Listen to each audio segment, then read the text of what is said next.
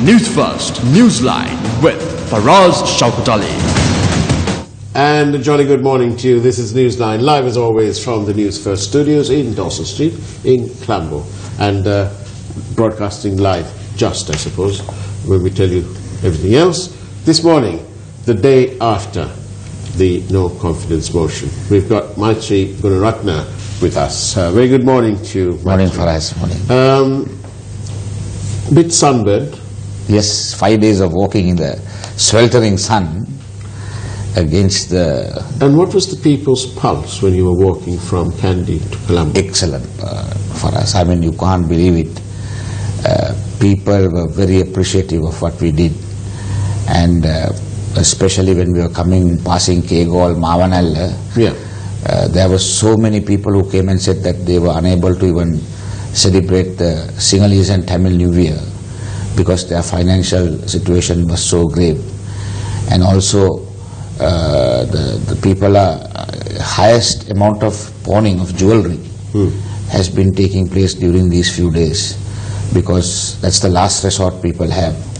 And I think the Sinhalese New Year, Tamil New Year is a great event in the lives of our people.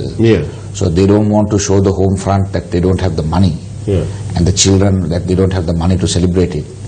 So the highest amount of pawning is taking place during these few days in anticipation of celebrating the New Year. So they're pawning the family silver now, and that's the state of the economy. And so that's also what the country is doing economically. Yes, they're pawning. Yeah, they are pawning. The country, of course, that is due to bad management and bad running of the country.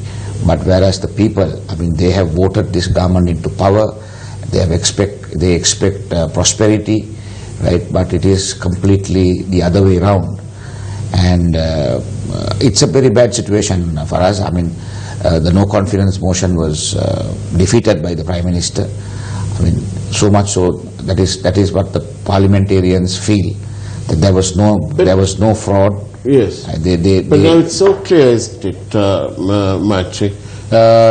We have, minus the Speaker, 224 souls in Parliament, and the over 90% of the items listed on the paper, the no confidence paper, was almost entirely to do with the bond, and the entire thing was to do with corruption. So we have a rather clear message of the people who are for corruption and the people who are against corruption. The clear message is that the majority of the parliamentarians are for corruption, and the people who are against corruption are souls like you and I and Maharaja organization who have been and the other TV channels who have been exposing this. Right, but I think you all have been quite consistent in whatever has been happening. And I also have been branded as one of Kelly's boys. Well, I suppose it's better than being called one of Ranil's boys. Certainly. And the other charge is that you could be a member of the Flowered Club. Yeah, no, that is a great consolation that I've been not categorized as that. But whatever anyone may say, we have stood for what is right. We have exposed it, and our political party, the United National Freedom Front, as a new political party, not even 200 days in existence, we have been able to expose this to the whole country, and I must thank the media. Especially Sirasa, Derana, Hiru, all these channels, they gave us maximum support and to expose this whole thing. So we were able to, even the print media, the radios, all the stations, they gave us fantastic support, and the people who came from all places of the country. That's what I wanted to know, because that's really reflective.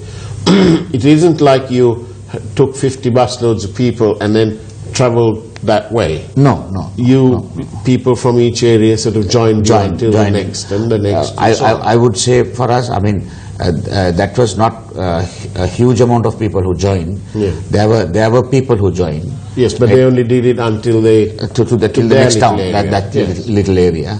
But more or less, members of our party from all parts of the country They came in and joined in the march, and they were convinced that the Prime Minister should go. People of this country are convinced that the Prime Minister should go. So I feel that many deals have been struck. Yes. And I can see PM exceeds to 10 demands to secure TNS support. Yes. So they support at any cost. But, right? but you see, this is what I was trying to say earlier, that the people now have a very clear message. The vote of no confidence is all to do with corruption. Yeah. And so their commitment to anti-graft, anti-corruption is very well, it's not present. It's not there. It is totally absent. It's absent. It's absent. And so therefore, it's very clear that these 122 people, let's take the Prime Minister out of it, because, you know, he's the leader of this lot. Yeah. And so all these other 121 people were spineless to address the main issue. The Attorney General's Department described the bond scam as the greatest financial scam ever to afflict the people of our country. Now that's not an easy statement to make. And it is astonishing. We had Mangala Samaravira, the Minister of Finance, in Parliament yesterday during the debate. I was flabbergasted. He said that there has been no loss to the government. Yeah. What rubbish is he talking about? He says that 12 billion is with the central bank. Yeah. That's just the residue, Mr. Samaravira. And he's only parroting what Malik Samaravira said and what Ranil Wickremesinghe said. They all said the same thing. Same thing. No, even the whole UNP team in their debate yesterday was saying that there was no lost cost. There has been a lost cost, but now the commission, bond commission report itself says there was a lost cost for the EPF and ETF, 8.5 billion. Now, who is going to take responsibility for that? Exactly. Who's going to take responsibility for that? So, I mean, they are believing their own lies. So I don't think there is. And you know, it bothers me, Machi, that whilst all this hullabaloo is going on, and where there is no real commitment on the part of Ranil Wickremesinghe and his members to address this very serious issue of corruption, whilst this is all going on, I don't know whether you've noticed, but when you looked at the allocation of duties, that ETF has been transferred to under the control of the Minister of Southern Development. What is the connection between ETF and Southern Development? What is his speciality, Sagala Ratnayake? No. It is not any kind of speciality. Now, the ETF normally does not come under the Prime Minister, but in this instance, EPF, ETF, and I think the Insurance Trust Fund. That's right. Which has huge amounts of money. Yes, big fund. Big fund, which came under the Prime Minister, and that is where the premeditation. Yeah. With regard to the bond scam, yeah. I mean, you can see how a crooked mind has worked, right? Where he carefully removes the central bank and brings it under him, whereas it should have been under the Minister of Finance. Then with that, he brings in the three funds: the EPF, ETF, and the Insurance Trust Fund. So he has made a perfect case, right, where all these organizations come under him, and then the bond scam takes place. So it is one easy passage with the economic committee which the president scrapped a week ago. It was one clear passage for them to make money, right? And having done that, the EPF, ETF, and the insurance fund has been dried up. And you know, it's obvious that the government's reluctance to have, even though the Commission of Inquiry calls for it, to have a forensic analysis of all the trades done by perpetual treasuries. And if it's been done, Dr. Kumaraswamy is keeping the report to himself. And if it hasn't been done, well, that's disgraceful. Because when you do that forensic analysis, that is where all the real detail will come out. It's a bit like you're a lawyer yourself. And if you remember, you must have read about the case in the South African murder case. The whole game hinged on the forensic analysis of Professor Smith, who came all the way from Scotland. Yeah. And that entire case was solved on that very detailed analysis. Yes, correct. Right? Correct. So, which is why we've always called for a forensic audit of what went on. Why are they so reluctant? For us, I mean, they know the obvious. They know the obvious, that they have robbed it. The central bank has been truly robbed by them. I don't think they are going to call for a forensic audit, which will implicate them again. Yes. So that is not going to happen unless the president steps in and does something. But I don't think even that is going to happen. Now there are several questions from viewers. Okay, we'll deal with the first one. Somebody says here that there is a news item on the web pages to say that your news station was attacked after the no confidence vote was won by the PM. Is this true? Well, all I have to say is this, that the pursuit of democracy and a just society isn't easy, and there have been several challenges along that route. No, that has not been a new phenomenon. Even much before this, I think on several occasions, your station has been attacked and sometimes destroyed. Indeed. And I think one occasion you had to get out of the air also because of the attack was so severe. That's right. And whatever said and done for us, you all have stood by what you all believe, and you all have taken it forward.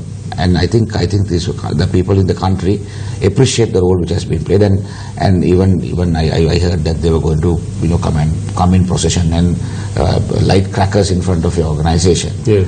I mean that's the least they can do, and this is typical Ranil Wickremesinghe style. But over here at our organization, we have people from all walks of life. There are several young people committed to the pursuit of democracy and information, the truth. And there are young people, there are old people, there are ladies, pregnant ladies here working with us. And there was a pretty large crowd outside our offices. We'll have more details at some stage. But all our viewers, you'll be happy to know that we are safe and we are well, and we still continue and will continue to be the people's channel. And that is our prime focus. We are for the people. We are the people. For us, yes. The other thing is now, after this robbery, Yeah. they bring in this tax amendment bill. Yes. And now what are they trying to do? They are trying to tax the people who are actually the engines of growth. Indeed. The private sector, the business community, right? They are the engines of growth. They are the people who are paying taxes. And what are they getting in return? Right? They get nothing in return. They pay taxes, they pay all other sources of income to support the government, but they get the raw deal is received by them. There also saw another little item the other day, that they're proposing to tax or to introduce a sort of a EPF for people who work abroad, the foreign workers. Yeah. Well, that's a good thing, but I wonder who's going to be in charge of that fund. No, the Minister of Southern Development. The Minister of Southern Development. Well, so what I'm saying, how can they do this? It's not for us. What I'm saying is now, they rob the country, right? Having robbed the country, they bring a tax bill and tax the persons who are going to produce, who are already producing more and more, right? Then they're taxing all the fixed deposits. Exactly. Right? So what they're trying to do is, effectively, they are trying to get the people to remove the money from the banking system and keep it in... drive it underground.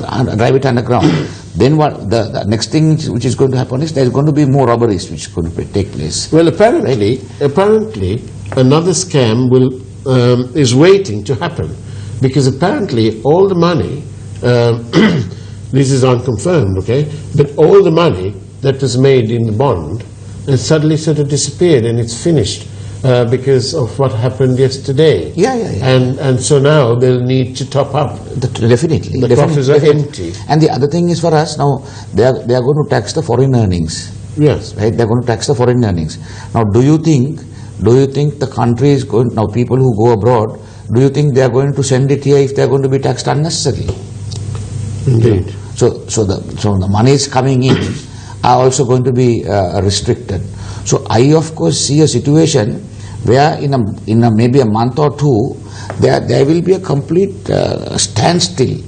Economy will come to a grinding halt because of these taxes, because people will realize, my God, why the hell should we work and why should we make more money, because we have to pay 1/3 of that to the government, and that is over and above whatever they were. And a lot of middle-income people will be unable to afford to even build their own home. That is out.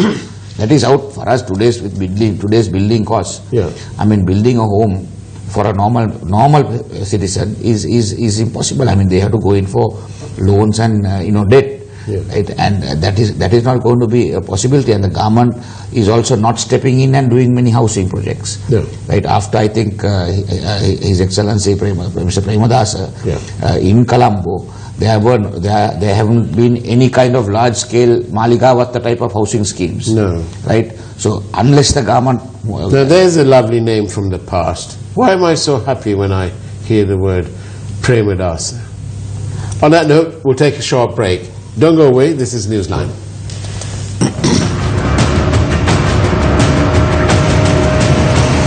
Newsfirst, Newsline with Faraz, Shauketaly. And welcome back to Newsline. I must read this from one of our viewers. It says, of course the people get something back in return. They see our wonderful MPs floating around in the fanciest of cars, living in fabulous homes, dining in style, weddings at the best of hotels, and the public, they get to watch all this in wonderment. For free. For free. You can see it all for free. And there are so many here. There's one more here. Let's see. The finance minister has a solution for corruption. Increase taxes to pay for the damage. They rob, we pay. I like that tagline. They rob, we pay. But the people in the country are going to get tired of that mantra. Well, for us, I mean, even the people also have to, will have to think twice now before they vote at the next election. The provincial council elections are coming in, maybe, I hope it comes in about 3-4 months' time, as to the pattern of voting, whether they have done the correct thing. Because these same people have been voted time and time again, and they are doing the same mistakes always. And Maitri, if less people not forget about this, but the attack on media freedom was actually lost, because if we at Newsfirst did not have the guts to take on the Prime Minister against the restrictions of the media proposed in the 19th Amendment at the time, none of the media, all the media, the print and other electronic media, would be worth nothing. Nothing. Right? And we took it on. No, and not only that, Faraz, I mean, not that I'm trying to hold a candle for you all, but even during the Rajapaksa administration, we were against it. We knew that they were going towards a dictatorship, and we are the people who agitated against it. And it was your station was one of the few stations which gave us a little coverage even then. And even at that stage, Sirasa Maharaja Group was opposed to any kind of dictatorship or a dictatorship forming in the future. So on those lines, I mean, you will have to always look forward for threats and various intimidations, because I hope someone can prove me wrong, that whatever said and done, you all have stood for what is correct. And, yes, and the actual media, as a total, if you take the media as a totality, that is the only opposition this country has. Now you take Mr. Sambandhan. he goes and votes with he's the leader of the opposition, right? And he's an attorney at law, senior attorney at law, I think with more than 50 years of practice. Now, cannot he see that there is a fraud in this bond scam? And I'm so glad that you as a lawyer, you're pointing this out, because when I was watching him live, sorry, when Mr. Samban was speaking, and I nearly fell off my chair when I heard him utter these magic words. And he said that there is no specific charge against the Prime Minister. What? Come on, Mr. Samban. I know you've got to curry favour, but that was absolutely disgraceful. Faraz, my question is, Faraz, with people like that, what is the future the Tamil people will have? They will sell anything for a mess of pottage, right? The Tamil people in the northeast, I mean, they deserve better leaders. They have been people with more courage. Right? I mean, these guys are just playing ball for just a mess of pottage for us. And, you know, it's somebody else from Norelia says, Arjuna Mahendran won, the people lost. There's another one here. MR is the one who spearheaded the no confidence, and the attack at our head office should have been directed towards MR and the joint opposition. That's right. Because what's the point of trying to shoot the messenger? We are the messenger. Why didn't they go and protest against MR and the houses of the members of the joint opposition? No, but why should they? Because I of course feel they did the right thing. Yeah. They bought the joint opposition, bought the. This is what I'm saying is why come and protest and chuck firecrackers or whatever it is they did in front of our head office? What? You know, we are only bringing the people the message. You know. No. That is the same tactic Ranil Wickremesinghe uses even in the UNP. Yeah. So the moment you start any kind of opposition within the UNP, he shoots the messenger. That's why the party. This is probably why you are out. No, correct. Many, not only me, many of them were out. And you know, this Kabir Hashim, a qualified economist, and again he wanted me to switch the television off yesterday, because he stood there and he said, oh, the joint opposition have brought this no confidence motion against our Prime Minister, my dear darling leader, because of the bond scam. Well, yes, because he didn't do anything. Is he standing there and saying that they didn't make any money? So in that case, why is Arjuna Lodges, the youthful man that he is, why is he being locked away then? Why? And why isn't Mahendran coming back and giving his statement? He's only wanted here for a statement, for heaven's sake. Right? And this is coming from a so-called educated person, degree in economics. No, and he can't see it. And the Prime Minister, if I remember right, gave assurance that Mahendran will be back for any kind of investigation and any kind of inquiry. And today he's incommunicado. No one can contact him. Well, he's obviously, I'd bet my bottom dollar that he's been in touch with Ranil Wickremesinghe. Oh, definitely. They know where he I'd like under the RTI, I'd like our legal department to write to the ambassador, our representative in Singapore, and ask him under oath to tell us how many times Arjuna Mahendran has been the guest of the embassy or the ambassador in Singapore, and who else was there. I'd like him to tell us that. I don't think you'll be able to get that information for us. Why? Because the RTI... No, one thing is they wouldn't have met at the embassy. At the residence. I'm told that it was the residence. No, even the residents, I don't think they would have met, because... there are too many eyes. Too many eyes. I mean, news would have come out. Yeah. They would have met in some kind of penthouse in Singapore. Another penthouse? Right. Well, you know... I don't know when these people are going to get this in their heads, and the sooner they do it, the better. At Newsfirst, we do not fear intimidation.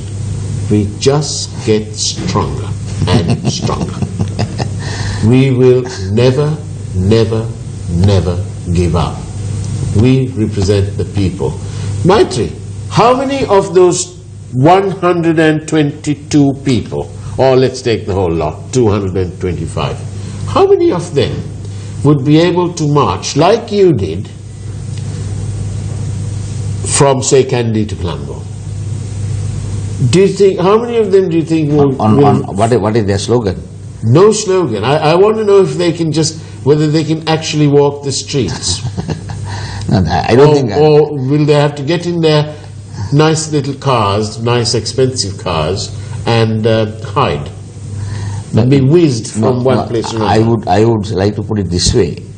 I hope they can, all of these 122 can walk from Kandy, at least taking 5 kilometers per group, right, to celebrate this victory of theirs and see what the response of the people are going to be. Well, there's one thing for certain. We at Newsfirst, and I'm sure every other media organization, will want to keep batting on and investigating and highlighting the corruption that is present now. There's no good talking about the past, because they seem to be having some deal and nobody's ever getting investigated for that, but there's a whole lot of corruption going on now. Why, pray, should the Minister of Highways not have the Section 3 of the Central Expressway? Why should Sagala Ratnayaka have the ETF? Why? What's his speciality? Why can't Mangala have it at the Ministry of Finance, where Mangala is not the economist, but at the Finance Ministry there are lots of professional people who know what they're doing. Definitely. And they are the ones who are supposed to. Ministers are not meant to be having meetings with contractors. There's a cabinet-appointed standing committee for that. And if they think that by blighting some crackers and chopping some things here, there and everywhere are going to intimidate the media, they're completely wrong. The Prime Minister lectures editors on the need for editorials. That's not his job. That's ours. Everyone is doing every other thing other than their job. That's the whole thing. They're doing. Everyone's doing every other thing other than their job. If each person does their job, we would have not been in this plight. But anything other than their job, that is their target. You know, it's completely in the. When they were in the opposition, they went on and on and on about family bandism, nepotism, cronyism, and so on. That's what's happening now. Wickramasinghe doesn't have 3 children and 5 brothers and all that. But he's got the equivalent. His friends. Definitely. They're cronies and so on. That's what they have. There isn't a difference in the two systems. I mean, that was a family, and this were they're all their friends. It's a club. It's a club. The club. It's a club. And they think that they can intimidate the media and so on. I'm saying this again and again, that it's a jolly good thing that Newsfirst battered on and went head on against those proposed amendments to control the media in the 19th Amendment. Otherwise, we curtains, really. Definitely. So, what's the next step? They're going to have a little tea party. Did you see how worried he looked? No, the point is this for us. The country is going to be ungovernable. There won't be any governance. There won't be any governance for another 1.5 years till the next election, till the next parliament election and the presidential election. We are a country which will just, what you call drift, like a ship without a rudder. We'll be just drifting. And of course the members of parliament and the ministers will be enjoying all the perks and privileges at the expense of the people without doing any work. I'm going to leave this last message here. The absentees, there were 26 absentees yesterday who didn't vote. The absentees should resign if they are not prepared to do their duty and participate as members of parliament. Disgraceful. That's on SMS. Thank you very much. Thank you, Faraz. On Newsline. Thank you very much. And I hope that... I want to thank your group for all the support. The media gave us excellent support, and even Sirasa. So I would like to thank your group for valuable support which you all gave. Thank you, Maitri, and we do it on behalf the people. Thank you. Thank you very much, Faraz. And that's the way it was on Thursday, the 5th of April, 2018. Never fear, we're here. Take care. God bless.